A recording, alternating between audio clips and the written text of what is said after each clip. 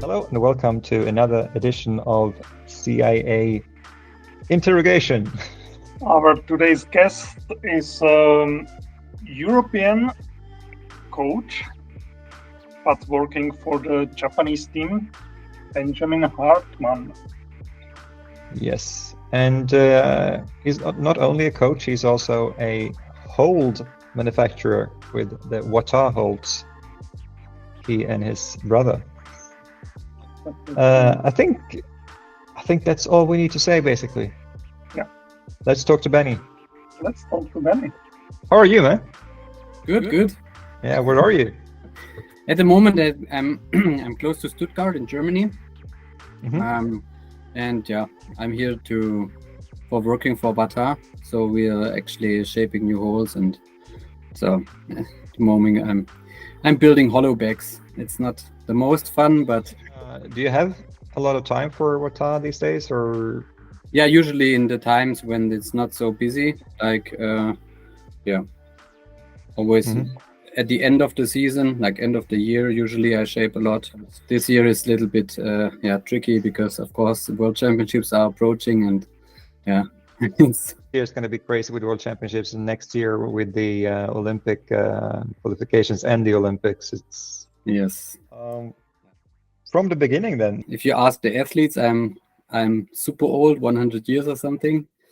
I always say 25, but in reality it's 40. It was also the reason why this year I did not go to Salt Lake City, because we had a birthday party planned, and yeah. So that means you're born in 83.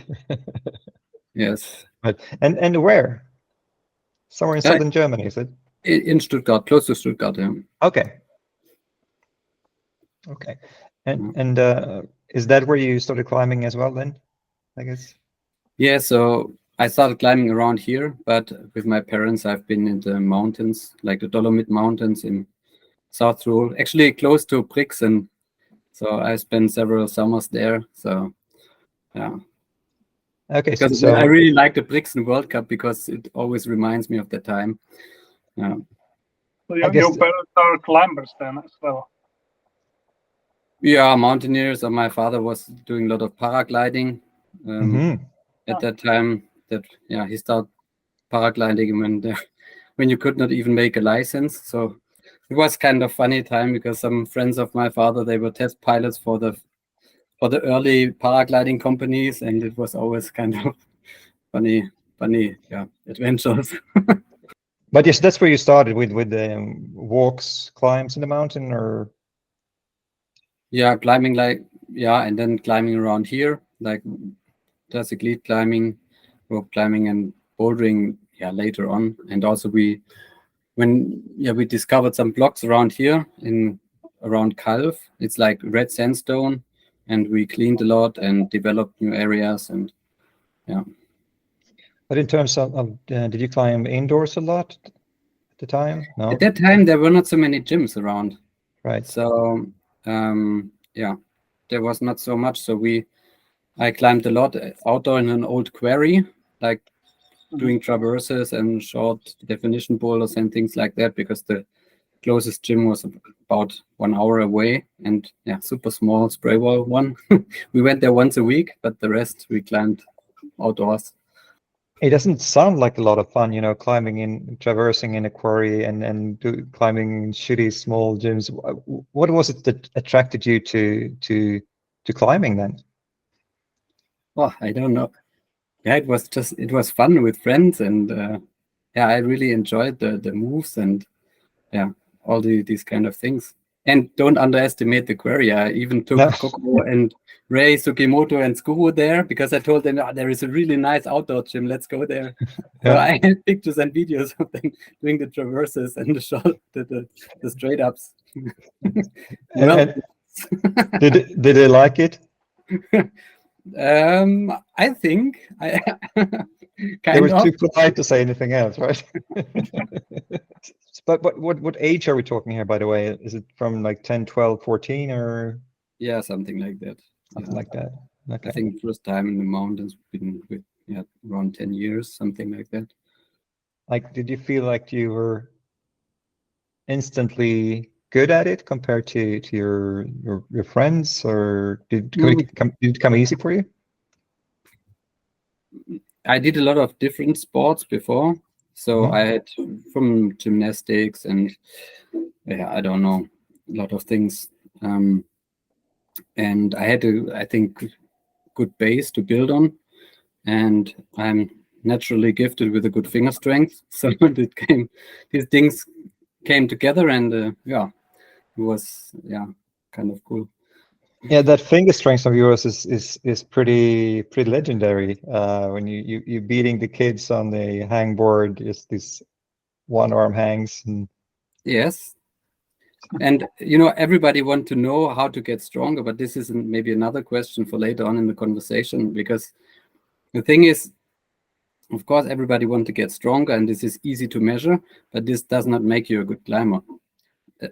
Or it helps, but this is not the only thing. It's easy to train, or it's easy to make measurements and to measure progress, but in my opinion, the mental part and especially technique is harder to measure, but I think way more important. Of course, at the same time, it's always better to have the finger strength than to not have it, right? Yeah. I can't argue with that. If you can't hold on, you cannot move. So Exactly. Yeah, but the finger strength thing is really kind of interesting, because also when I started also with coaching everything, I also thought that of course we need to get stronger and everything, but at one point I realized that climbing training with Sachi, and we did some things on a campus sport, and I realized, oh, I can keep up, or some things I'm even stronger than him. But the thing is that at that time he could climb at a 9A plus 9B routes, and I can't. So there must be more, and especially Sachi, he was super good in finding efficient body positions, and his movement was just so natural and so efficient. And that's the thing, especially in lead, you just need to be efficient. So when did you come actually to change from climbing in small gyms to competition? How did you what was the process to start with it? When I started with Japanese team?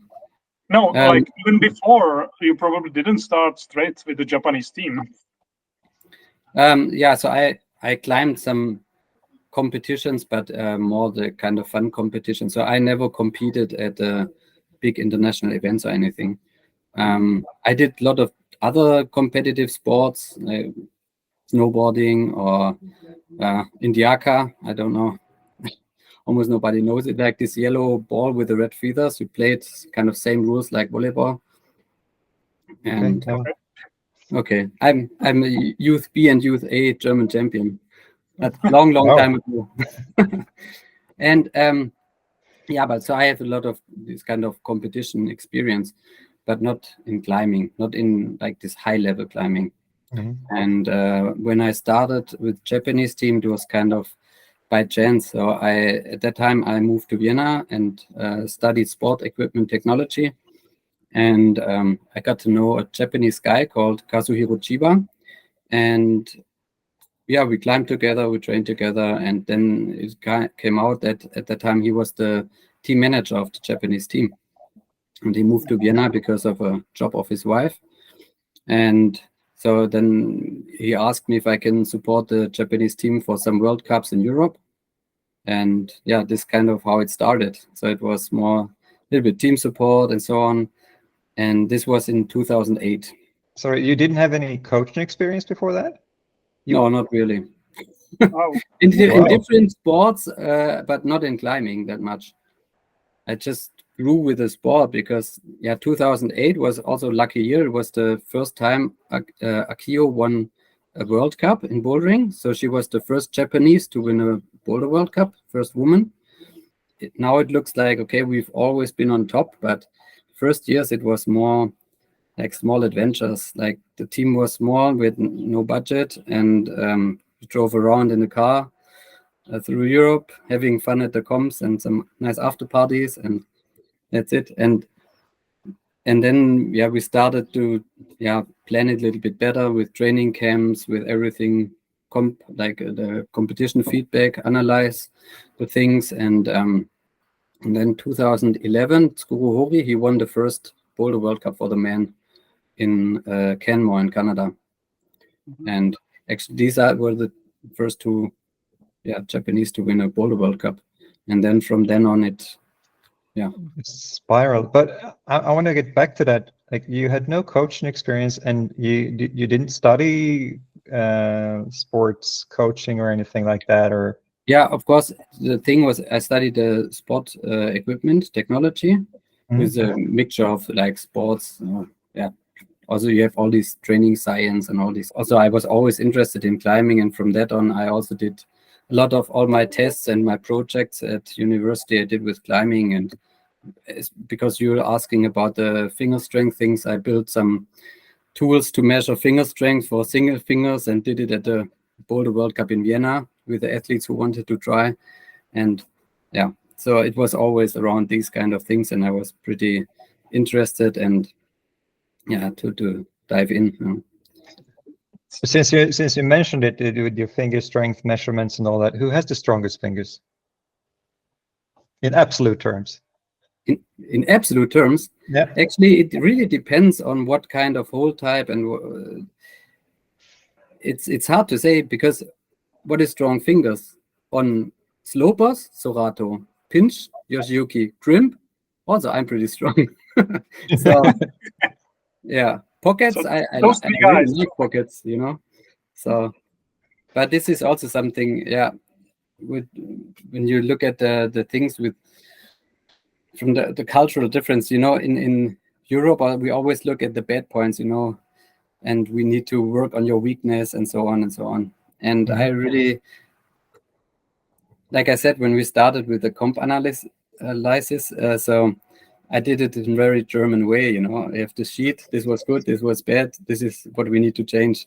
And also I thought, okay, we're a small group, we can do it together, talk about the comp and so on. And I realized, okay, this is not working that well. So I also need to learn a lot about different cultures. And nowadays, in the feedback, I always try to put it in a positive way. So because also from the philosophical side, I think we work with humans, and I believe that the athletes, if they're on the field of play, they always try their best. And if they make a mistake, it's not because they want to make a mistake, it's just because they think in that moment that this is the best solution. And if this is something which is not good, then we need to understand and learn, so that the next time he or she faces this situation, that he can see the different way. And because of that, I also don't say like negative points, because I always call it improvement potential. Was it difficult at the beginning, like the communication with the whole team? Probably you didn't at least speak Japanese at the time, like their English, it's probably not the best. So how did you communicate with them? How did you? Yeah, of course, it was in English, and at that time I also did in the university. Even before, I did 1 semester also with Japanese language, but it was just the starter, and still my Japanese is really bad. But at that time we also did some youth training camps, and Kazuhiro Chiba and me, we said that okay, they want to climb in the World Cup, and it's necessary that they can speak English. And in that case, it was pretty good, let's say, also training opportunity to practice English when they talk with me. And so for the youth training camps at that time, also we had like English teacher to practice some things, and we tried to push that.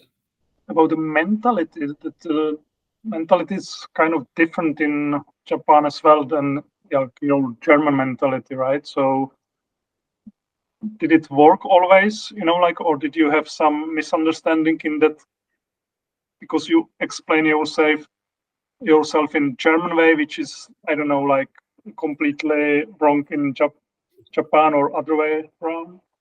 Yeah, I think one thing, because this is with this intercultural things, it's always you have to communicate. This is the most important thing. And if you think something is strange, it does not necessarily that the other person is strange or doing something stupid or whatever, because they have their reasons to do it. And then you just, if something is strange, then just ask why it's like that. And usually when you are open to communicate about these things, then you can understand each other better.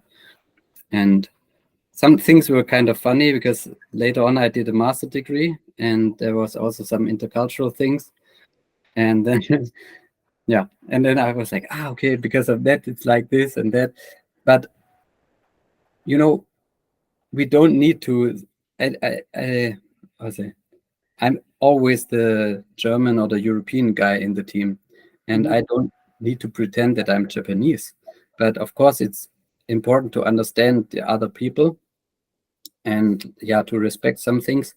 But I think it's you need to be true to yourself, but open and also interested in many things. But I guess they don't expect you to do everything perfectly Japanese since you're not Japanese. Of course not, but it can be also kind of advantage because sometimes, especially at that time with Kazu, it was sometimes like, okay, Benny, can you please say this or that, or can you please start this topic, because for you it's more easy. Something like that.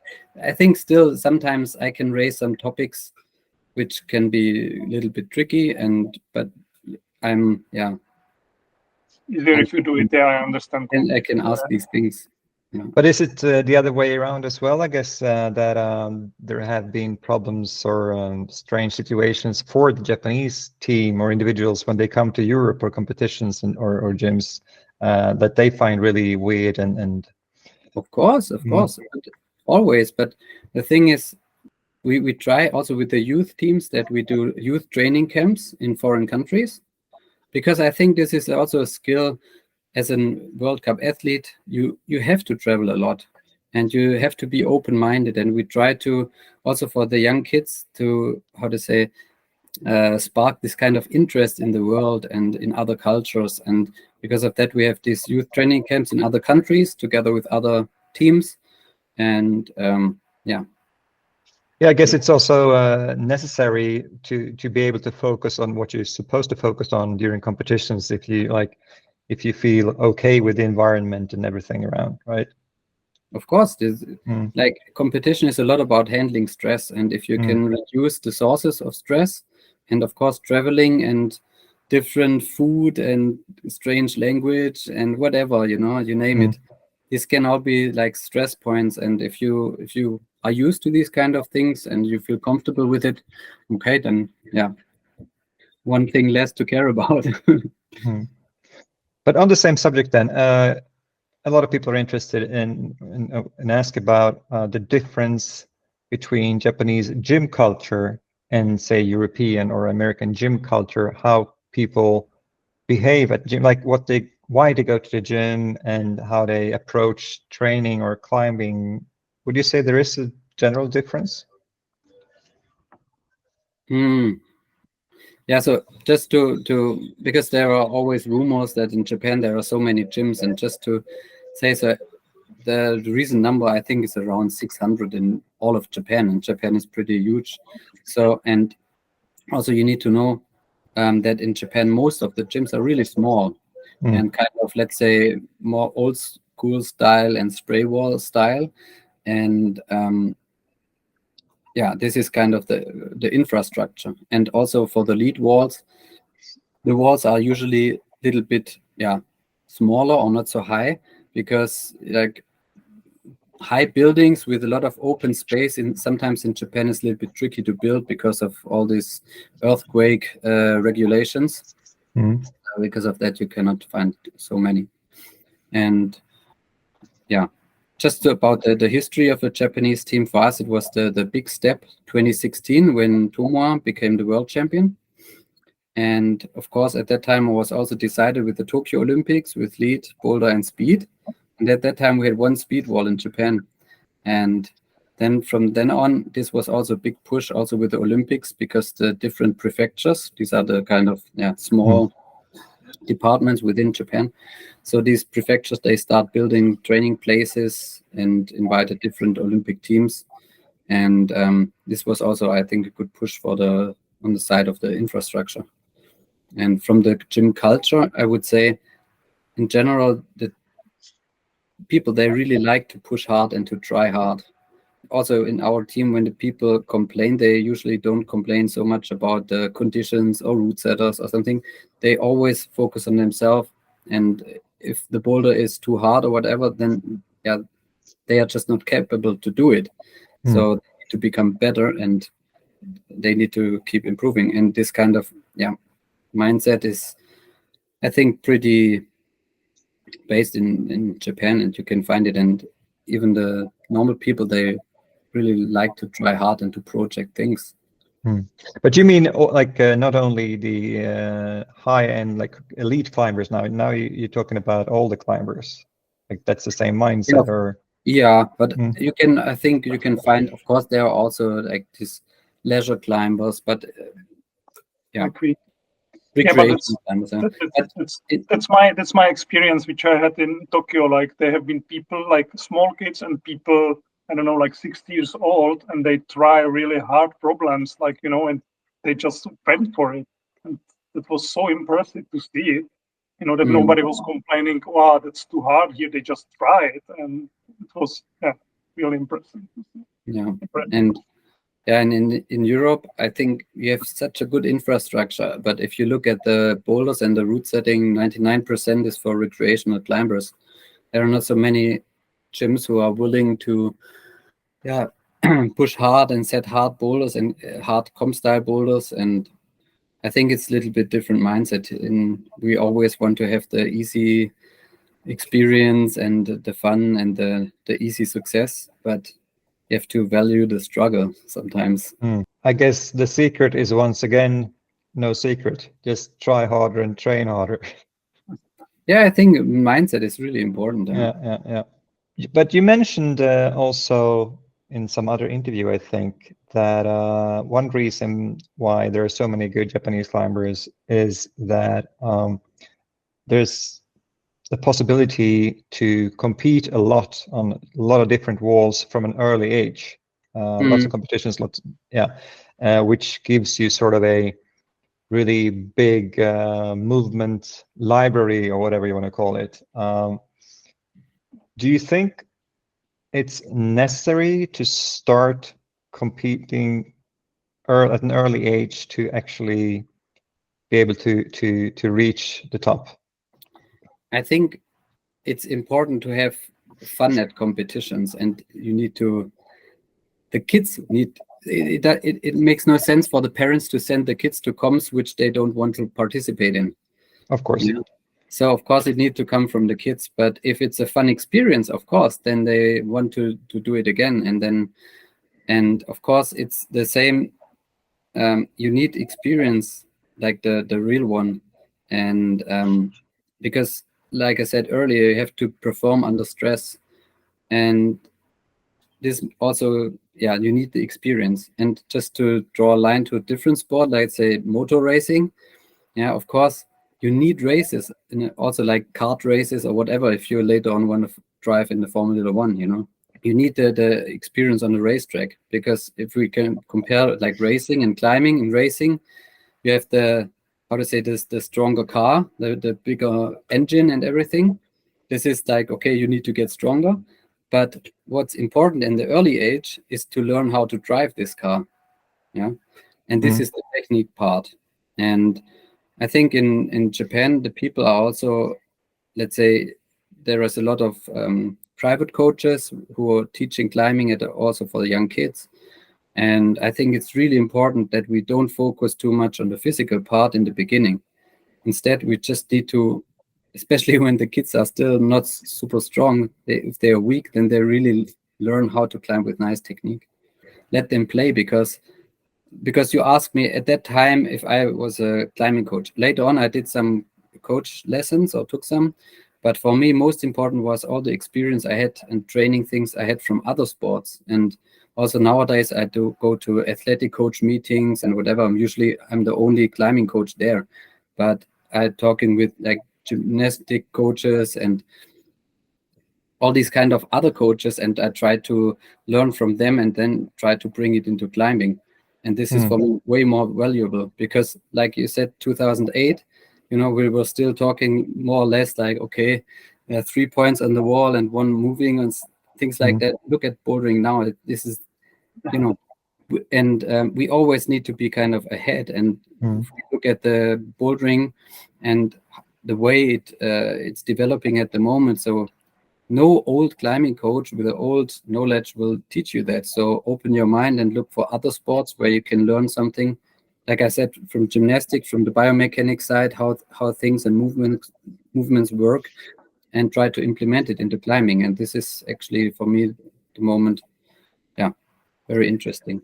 It's interesting that you mention gymnastics because, I mean, in climbing today, we have kids like Surato or like 16-year-olds reaching the top super quickly. And if you look at gymnastics back in the 80s or 90s, especially the girls were like 14, 15, 16, and when you were 20, you were old and gone. Whereas today you have specialists that are upward, like towards 40. Can you see that would be similar in climbing, that in 10 years time we won't see the 16-year-old reaching the top? Yeah, there is, as far as I know, there is at the moment also the discussion within the IFSC to raise the age limit, which I think is kind of, worth to think about, because it strengthens also the youth worlds and youth world championships and these kind of things. And also climbing is becoming bigger and bigger. And of course, for young kids, the media interest and all these kind of things can be kind of overwhelming from time to time. So I think it's also a little bit to protect them. And on the other hand, if you look at other sports, many cases are with the kind of high-risk sports. For example, if you look at skateboarding, or especially look at who is winning the skateboarding events, it's like 13, 14-year-old kids, girls, and they are not afraid to try these dangerous things. And they have no history of injury. And if we're becoming more and more high risk and spectacular and whatever, of course, if you're older, you think a little bit more sometimes. And I think. But is high risk in movement necessarily high risk for injury? In our case, it depends on the route setting. If it's good route setting, it's not. If it's bad route setting, it is. But what I wanted to say is to go a little bit in different direction. I think in climbing, it should not be only about physical. And we have the physical, mental, technical, tactical, you name it. And last year we had the discussion with, for example, pictures from the boulders, or even showing demo videos and things like that. And I think this takes away a lot from bouldering, or from the bouldering I like, because for me, bouldering is also, you have the mental part, the problem solving, the understanding of the movements. And I don't want to be there and discuss with the athletes the solution, because I think part of it. That's part of it, exactly. I want to teach them how to solve problems on their own. And for me, the comp is also not the place for me as a coach. So the comp is for the athletes, that they are on the stage and they should shine. And one point about this is also, if you become only physical, then the length of athlete career is also kind of limited. Because of course the physical part, like if you look at the 100-meter sprint race in track and field, okay, as soon as you're 25, a little bit older, then your physical performance will go down, and there is nothing to counterbalance with, But in climbing, it's a lot about these kind of things. And when you're older, you're more experienced, you're a little bit more tactical, you're better in problem solving, handling the stress, you name it. There are so many interesting parts where you can play the trump card on the experience side. And I think we should keep this, because this also gives the athlete the chance in bouldering to have a longer career. In leads, it's a little bit different, because it's a little bit more power endurance or endurance based. For many of the older athletes, the qualification is sometimes really hard, because they cannot show their experience, and their understanding, because everybody knows every detail of the route, and the qualification usually is way more physical. But especially in bouldering, I think if we keep these kind of tactical elements, I think and experience parts, I think it's important. I think Adam said something similar, like in that way that he doesn't need to train so much anymore, because he has like so many experiences like already, so he know on what to concentrate. So he doesn't invest too much time to get better in bouldering, because he knows that there are his limitation, and he has to invest so much time for to get less better. So he invests the time on different things which he's good on, and he can like get even better, but not. Yeah, I think this is also one thing when you look at how bouldering changed in the last, let's say, more than 10 years. And because of that, for me, I'm still so amazed about what Akio did, because the first time she's been on a Boulder World Cup podium, the climbing was different. And she really, for these modern styles and swing jumps and whatever, she really had to invest a lot to keep up. And I think that was really amazing what she did and how much energy and time she invested. And yeah, she got rewarded with the Olympic bronze. So I'm still super happy for her. But this is the thing, and for the young kids, they grow up, they grow up with these new moves, and for them everything is kind of more natural. And about young kids, because you said there were talks about changing the age limitations, that maybe to 18 or something, I don't know. Wouldn't it be weird though if we had 16-year-olds that were better than the best seniors and couldn't compete on the world stage? In that case, I would say I'm more happy if these 16-year-olds, if they don't drop out with 20, but if they can have a career until 30. And in that case, I prefer to wait 1 year, for example, or I don't know what will be decided, but I think it's important. This 1 year in the beginning for me is sometimes not that important than if we can ensure that they can have, for example, five years more in the end on their career. And if you look at the youth, for example, youth B and youth A category, sometimes you have athletes in the youth B category, and if they climb on the same route like youth A, they are stronger than the youth A from the development side. But on the other hand, it's also with 16, still the body is kind of growing for some kids, and they are not from the physical side. Some are not fully adult or grown up yet, so there is still a lot of change in the body. And of course, if they can't compete with the seniors, we will never know if they were better, so it doesn't matter. Yeah. So how do you personally like the way the bouldering developed from the early days till now? I really like the development in that way, that we are still searching some new things. And I think when it comes to the, let's say, finger strength tests in the past, it was hard to separate the people. And then they came up with the more coordination things, which was easy to spread the field from the route setting side. And I think it was a really interesting challenge. And I really like if there is more and more coming into the sport. But what's important for me is that we don't,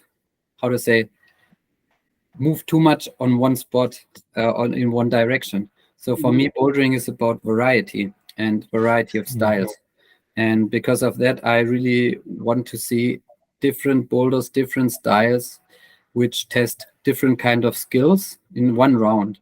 Because for me, the best boulder climber, and this is what competition climbing should be about, to find the best boulder climber, is the one who can perform the best in most different styles, And this season we had sometimes rounds with, for me, too many jumps, and sometimes, in the past we discussed like, okay, slabs are really boring to watch, but we had rounds, for example, Hachiochi.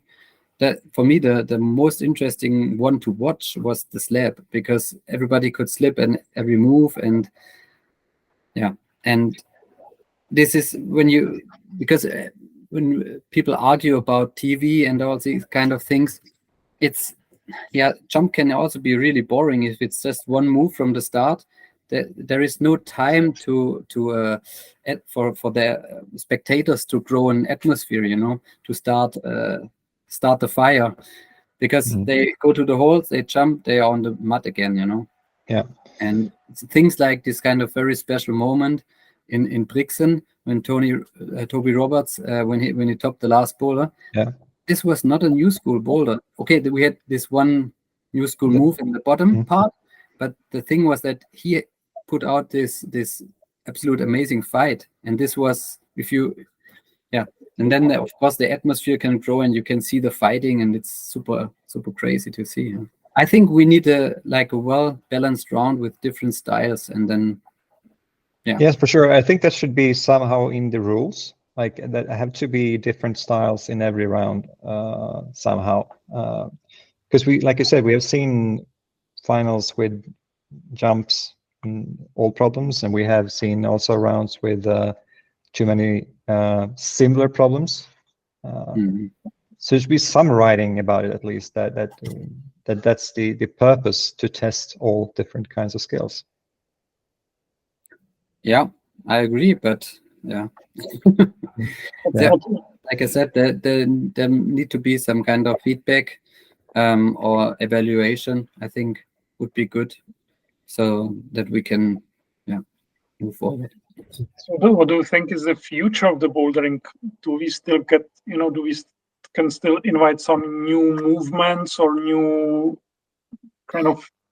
I think this kind of new thing, I think it's interesting to find new ways. Like I said, we moved from a lot of strength or finger strength test pieces to more coordination test piece.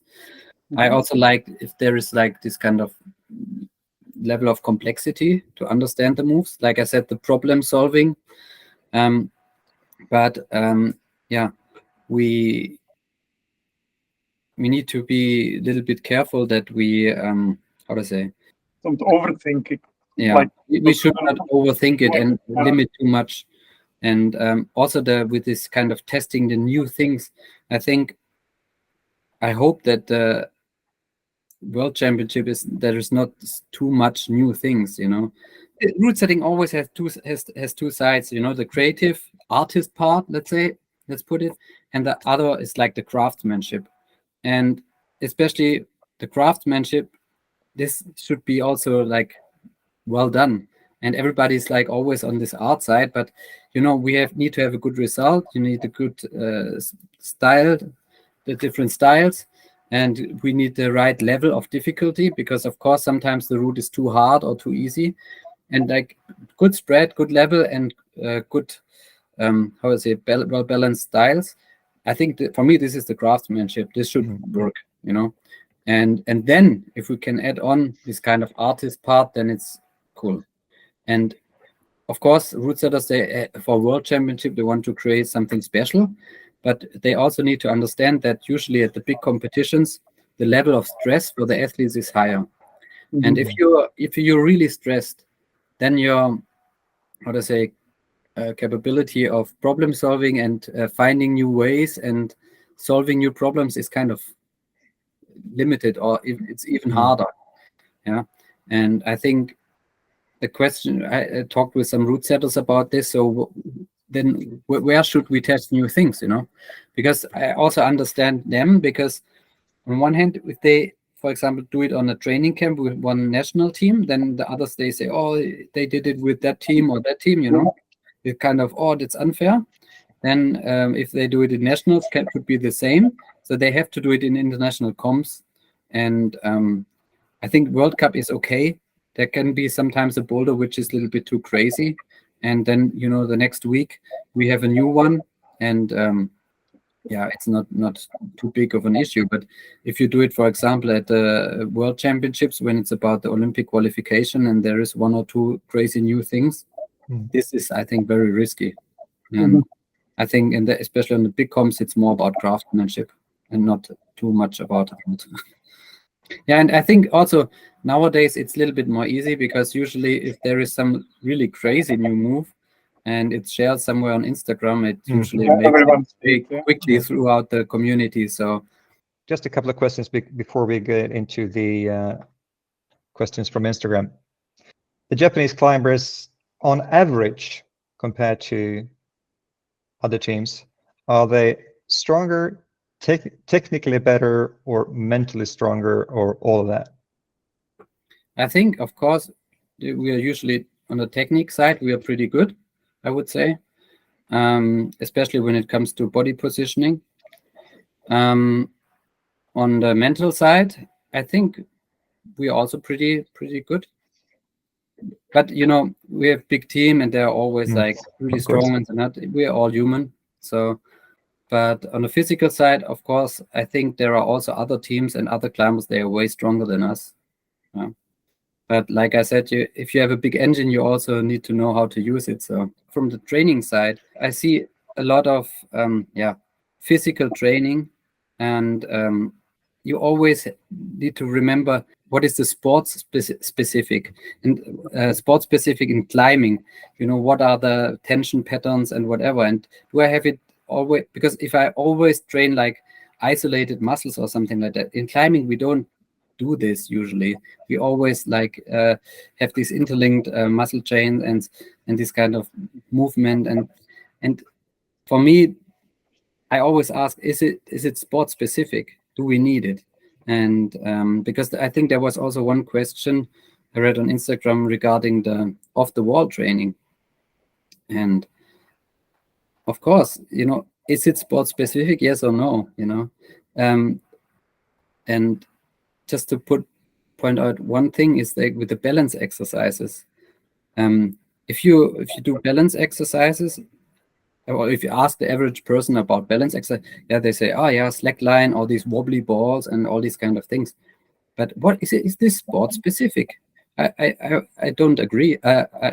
Because in climbing, do we have wobbly volumes? Usually not. Sometimes. Not yet. But we have a rigid surface, and we need to, bring our center of gravity in balance over this super small surface area. This is the skill we need. We don't need to handle wobbly things. And when I do balance exercise, I just have super small things to stand on, and you just jump and balance your body on this rigid thing, and this is the skill we need. We don't need the wobbly things. Have you discussed this with Roman? We discuss a lot, and I really like to talk with Roman about a lot of topics. Yeah, because he uses the wobbly boards and the strings and wires. No. It's always, of course, you can do a lot of with rubber bands and tension, create some tension patterns, and this is the point with the tension patterns. But, you can handle wobbly things, and it's always about this. Where is the wobbly thing? You can have wobbly things in your hand, but you still stand on some rigid thing. This is something different than standing on something wobbly. I think I've seen some videos where Janja is standing on wobbly things with the tension bands, and yeah, you can also do that. Yeah. Well, seems to work as well, I guess. Yeah, you can. There are always different ways, but because you talked about this off the wall training, because there was this question, and of course, on the physical side, sometimes we do off the wall like things, but usually like once a week or something like that. Not like super excessive. One of the questions was how much fingerboarding do Japanese climbers usually incorporate in their workout plans? How much do you hang on fingerboard? Yeah, fingerboards is getting, let's say, a lot of the climbers, they have the fingerboard at home. But in general, and sometimes in Japan, it's a little bit tricky to hang a fingerboard because you're not allowed to in small apartments and these kind of things. Yeah, sometimes it's hard to hang things on the wall, so you have your own wood construction where you hang it. Okay. Yeah. But you've both been to Japan, right? I have been in Japan. I have not been there. So Vladek, so how many big, huge training and campus areas have you seen?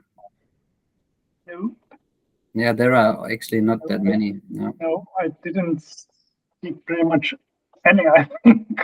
Or yeah, maybe I see one, but not not Yeah. many. That's true. Yeah. Sometimes there is a fingerboard, which I think is also good. But like I said, with the sports, from the sports specific side, if you do, for example, campusing on the campus board, you have always these horizontal ledges. And from the sports specific side, I always prefer doing campus boulders, because then already you have the holes are a little bit turned.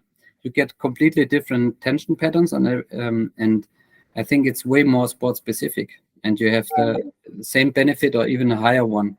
And for that, it's way more important to have a really well set spray wall, in my opinion. That's actually something what the Roman says. That's one of the most overrated things, the fingerboards, I think, or campus boards. You said that, no? Yeah. But so do you, are there a lot of spray walls then? Because I mean, I know that all the walls looks like spray walls more or less, but they're not, right? But they're also spray walls then? Yeah. So the thing is that when these coordination things started in Japan, we had the problem that we could not really train these kind of things because the walls were so small. And for example, to practice a runner boulder, if there is a lot of other holes in between, you always hit them, Therefore, we always had this kind of spray walls, and we need to work around it. And nowadays, everybody talks about B-Pump Okikubo, and this was the gym kind of built especially for the higher level climbers. And from the history of the Japanese team, so that when I started, we had no money, and the athletes, they had to pay most of it by themselves. They even had to pay for the national team uniform in the beginning of the year. And so because of that, most of them, they had a job. So they worked to raise money so that later on they can go to the World Cups. And in Japan, it's kind of hard to find a job where you can work and then take off several months to go to World Cups and then come back and work again. So we had some people, I remember one, she was working at Disneyland Tokyo as a waitress, like Mickey Mouse waitress, because there was a job to come back to. But a lot of the athletes, they worked for the pump gyms. And Naoya Naito, he was very generous to take all these athletes on board and give them the free time to go to the World Cups. And at one point, he had so many athletes from the national team. They said, okay, you also need a good gym to train on. And the original idea of B-Pump Okikubo was for high-level climbers. And he said he don't want to earn money with it. It's just, if it's a zero, it's good. But let's make it in a way that we can really train and for the high level. And that was the reason for that one. And I'm still thankful for that. Do you have like some team training in one gym, or how it works actually? Like training? Yeah, so we have in Japan. Let's put it in the bigger frame. So the thing is, nowadays most of the climbers, they are around Tokyo, and I think this is also one point. If you want to reach the really high level, you need to train together with high level people, because then you push each other and you can create this kind of group effect. And for us, it was when, like I said, when more and more people moved to Tokyo, we got this kind of group together, and this raised the level. And I can see this now also, for example, in the US, since Josh and Meg had the training center, and nowadays the US team, they are kind of real team, because when I started, the US athletes, they were always like individual athletes, but traveling on their own, training on their own, and all these kind of things. It's a long time ago. So. And how active are the coaches when they're training? Like when they're training together, like the best guys at the gyms, are they there all the time, watching, filming? It depends what we do, But for example, in training camps, yeah, we have a lot of different things, but training camps. I really like to work when we have a strong group together on technical things. For example, between Prague and Brixen, we were working on some moves which I thought that they are interesting to work on, or we should get better with. And if you have this kind of strong team together, it's super cool. Yeah. Or I really like to work usually with training stations, because if you have a bigger group, and I think this is also interesting for other coaches, because everybody thinks our team everybody is strong, but when we train and we have tall boys and some small girls and both want to train some dynamic moves, of course, yeah. If we say one boulder, for some it's boring, for the others it's too hard. So usually I really like to work with training stations or skill stations that you can work and adapt very quickly. And I think this is also for coaching. You need to have a good understanding for route setting, and you need to understand how to quickly change and adapt things to keep the challenge. Because especially with the coordination move, sometimes it's a little bit black and white. It's either impossible, or when you do it, then kind of becomes easy. And then you need to know how to step by step make it a little bit harder to work and push it even further. And then if you take like because this was training camps, say, but if a normal training week, how active are the coaches? How much coaching is involved in the training? But they train a lot by themselves most of the time, or with smaller groups, and actually, some athletes, they also have private coaches, or like I said, for example, with the physical, some have private physical coach, or in Japan we have the Japanese Institute of Sports Science, the JIS, and they support us so that if some athletes want to have physical trainings, they can also go there, or there are different things. How are you involved? Because you don't live in Japan, so do you how you work with the team? Do you write like trainings plan for them, and then you have those training camps, or do you go back and forward to Japan, or how? Yeah, it depends. So before COVID, it was way more traveling. COVID times were super tricky and more on the digital side. And nowadays we're coming a little bit back to normal, but still this year was not, with the training camps, was still kind of tricky. And training plans, yes, I do for some of the athletes. I can offer to do it if they want to do it themselves, or I can, help them to do it.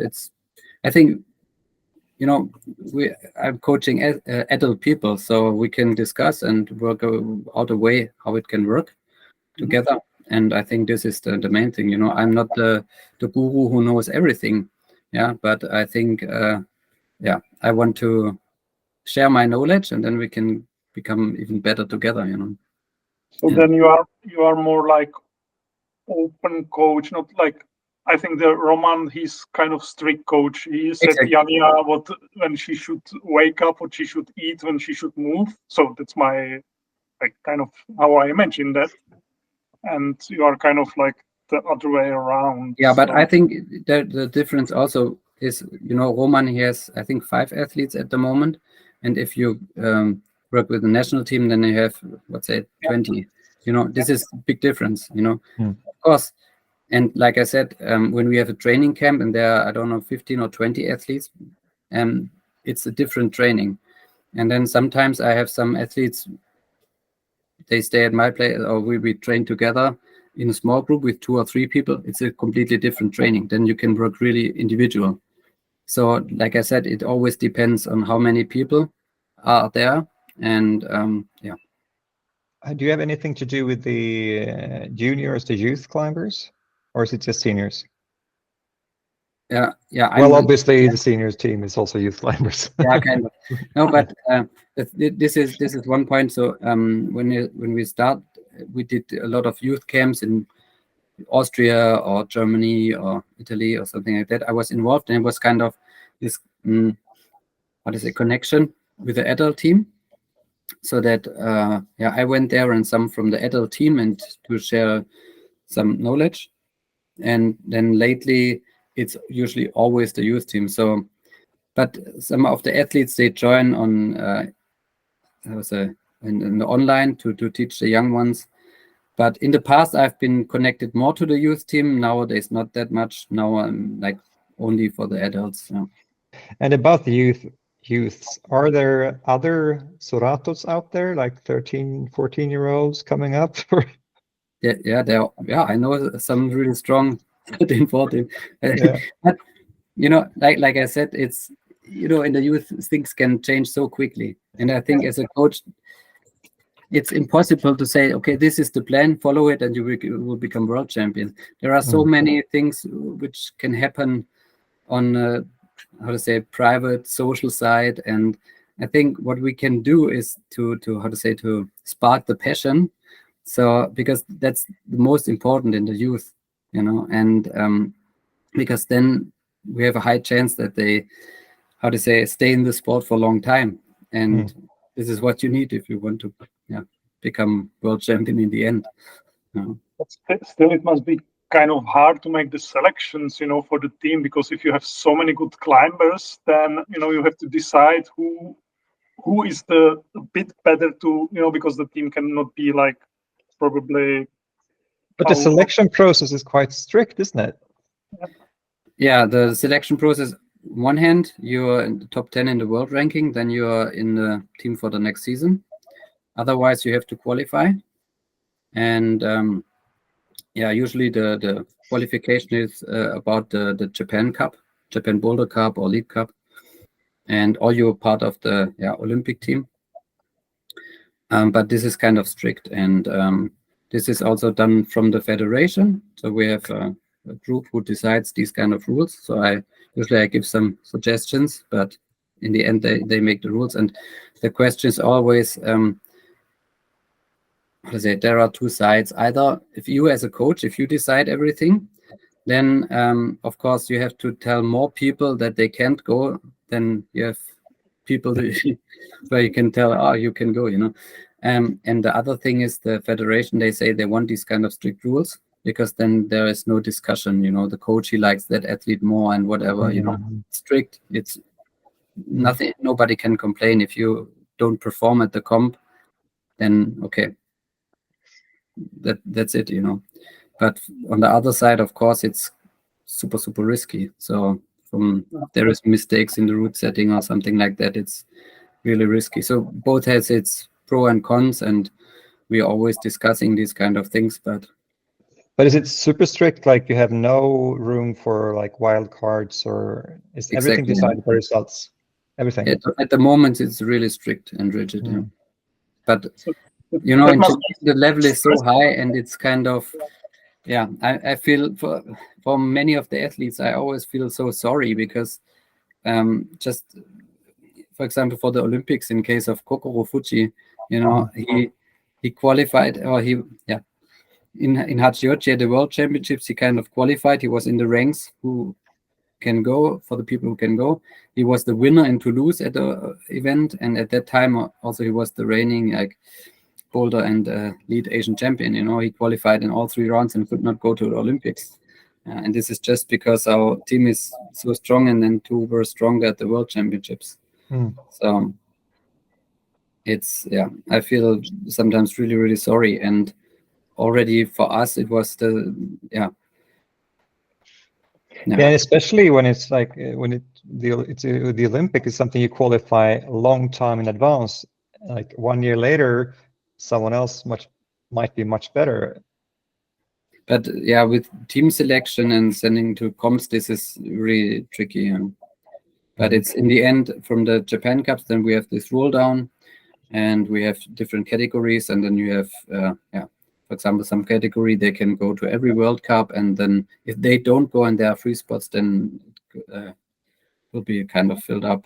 Or this season we had some spots so that they can get experience in the different disciplines, because still we had the qualification going on for the World Championships, or also because of next season we also need the combined ranking. So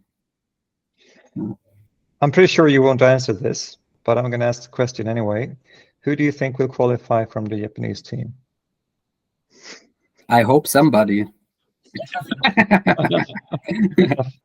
Yeah, we will see. I think we have several people in the team who are definitely capable of getting the combined podium. So I really hope we can make it. Also with the current format, I think the current format with Boulder and lead and how to calculate it, it's interesting from Difficult. the setting side. I think I don't want to be route setter for that format. It really depends on if everything works perfect. Okay, perfect. But if either Boulder or lead is too easy or too hard, this can make a big effect on the ranking. And then you see if you're stronger in lead, maybe you have an advantage, or if you're stronger in Boulder, you have an advantage. I can tell. We will see. Do you personally like this system, the new one? I personally would prefer that we have 3 single medals. This format will be, I guess, dead after Paris. I don't know, but probably yes. Yeah. I don't know. It depends if we get the single medals. But that's decided, right? Yeah, but also with bouldering, so we will, because there is a lot of talking about different formats and so on. And I think we need to discuss now what is bouldering, and we need to talk about the format. And because what I heard is that the format which is bouldering at the moment is not so likely to make it to Los Angeles. So in that case, we should start the discussion now, I think, because if you look at bouldering in the combined format with the 2 zones, actually I'm not that big of a fan, because if you look at the styles of these boulders,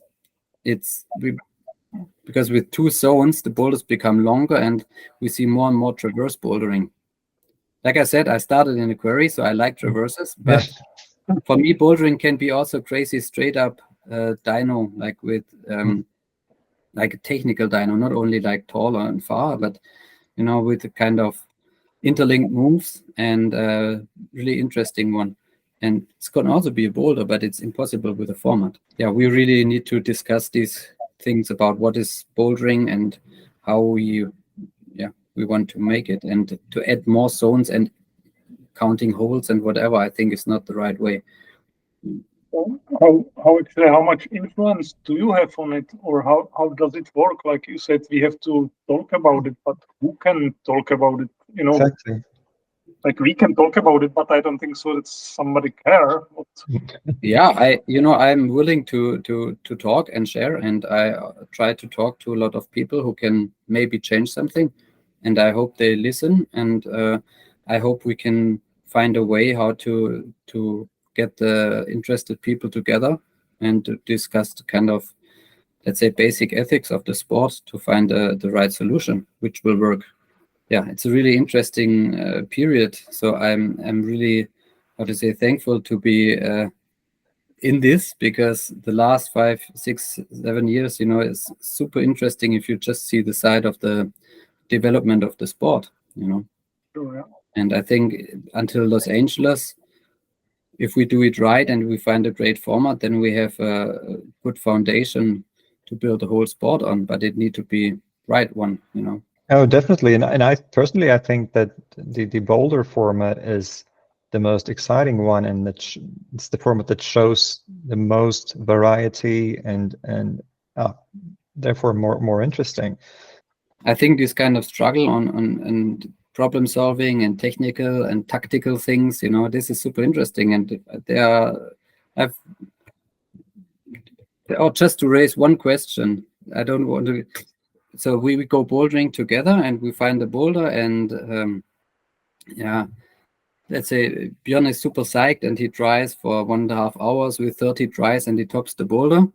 And Vladek is not so psyched, but next day he goes there again and climbs it in 3 tries. So Vladek has 2 days and 4 tries, and Björn had 1.5 hours but 30 tries.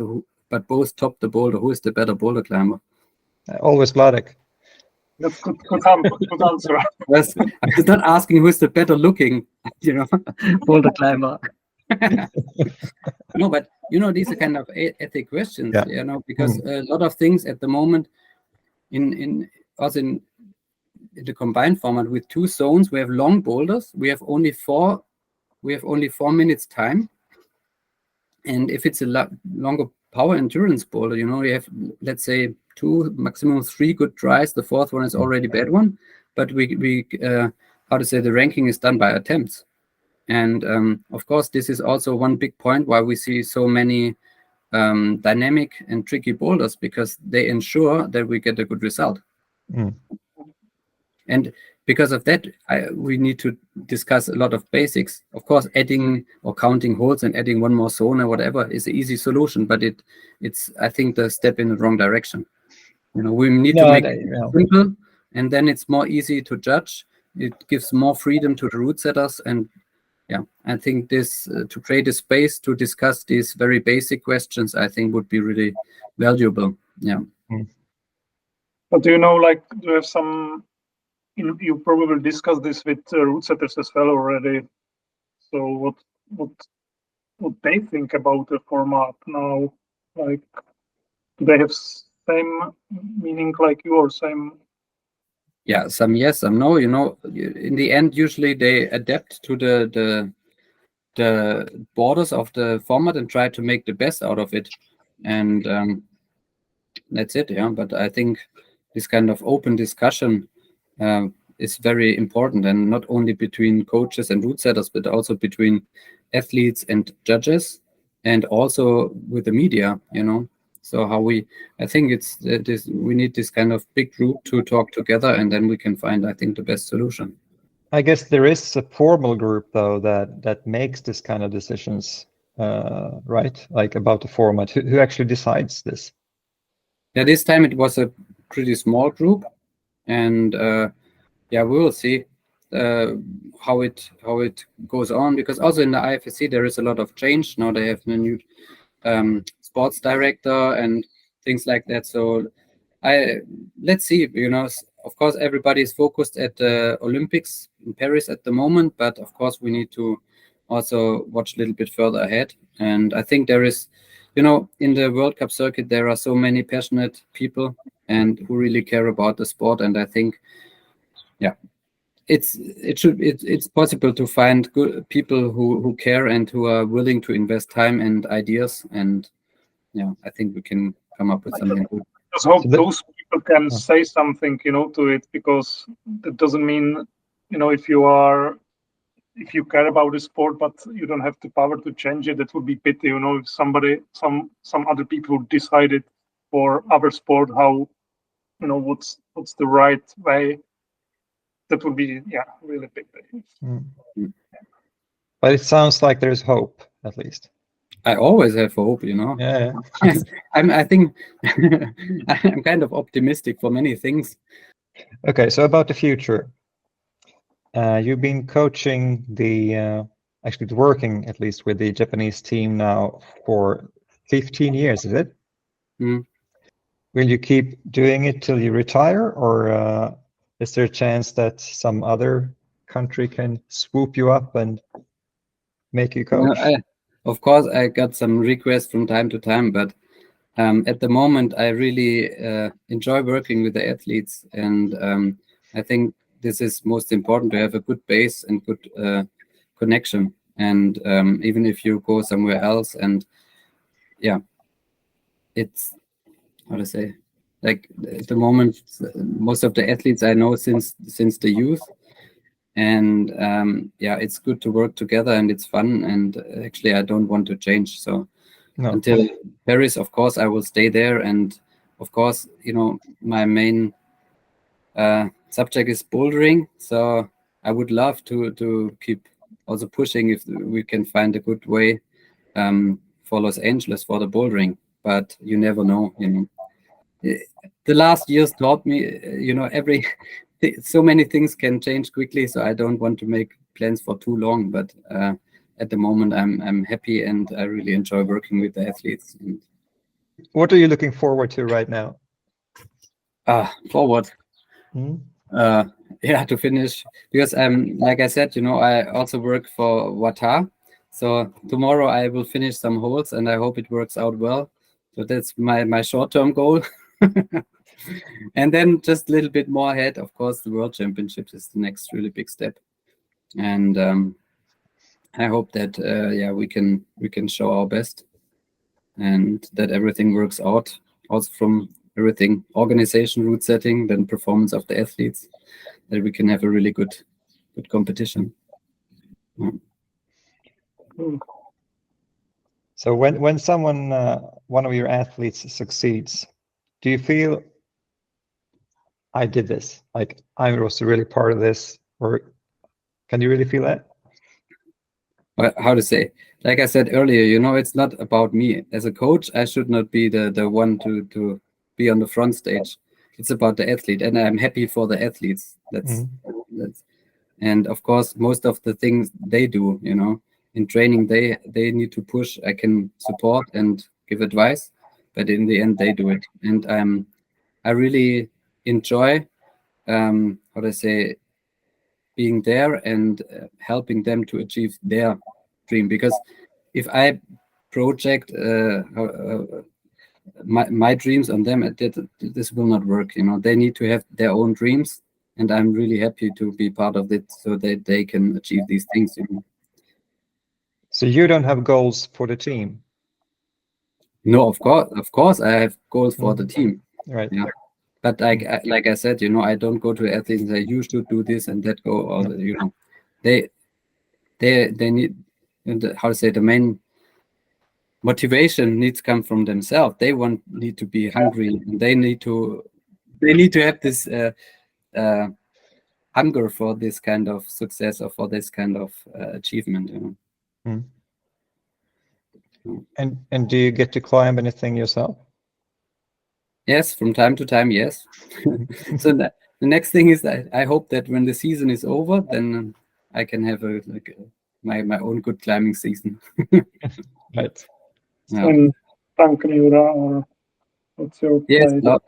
Now after Innsbruck, there's also some Japanese. They stayed in Frankfurt and climbed a little bit outdoor together. So it's nice. Yeah, I enjoy it. Actually, do you climb with them outdoor as well, like part of the training, or not? Not at all. No, for training, not no. Just in the quarry. Yeah, this was more kind of joking. No, for training, of course, everything is indoor, and not all of the team. So there are also climbers. They kind of only climb indoor, and that's it. But some others, they have also a strong passion for outdoors, and it's also cool. That's one more question actually about the Japanese climbers, like on the big, like the normal people. Do they climb mostly indoor, or do you know it even, like if the people are indoor climbers or outdoor, or it's somehow like mixed? It's a mix, and it depends where you live. If you live close to a really cool outdoor area, of course you climb more outdoors. It's, I think, the same everywhere. Yeah. Not in Sweden. Yeah. Okay, in Swiss, you're really lucky. If you live in Ticino, then of course you have a good choice.